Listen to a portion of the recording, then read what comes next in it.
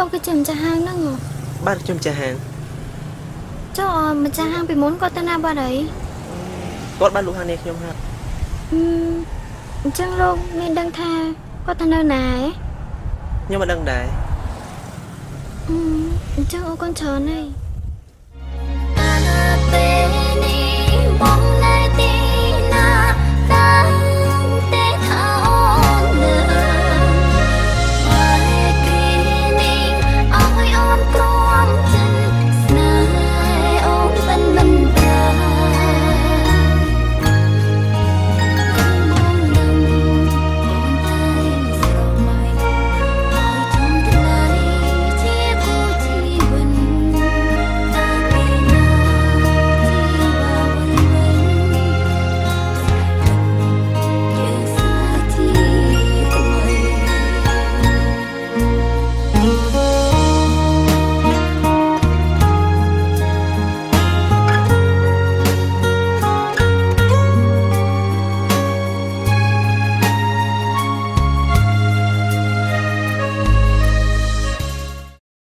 តើលោកមានបញ្ហាចង់និយាយមួយ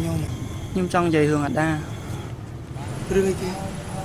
នាងមានជំងឺមហារីកខួរក្បាលថាម៉េចថ្ងៃនេះក៏ជាថ្ងៃចុងក្រោយរបស់នាងដែរនាងត្រូវការលោកគឺជាមនុស្សដែលនៅក្នុងបេះដូងរបស់នាងនៅកន្លែងដែលលោកធ្លាប់ទៅជួបនាងរាល់ដង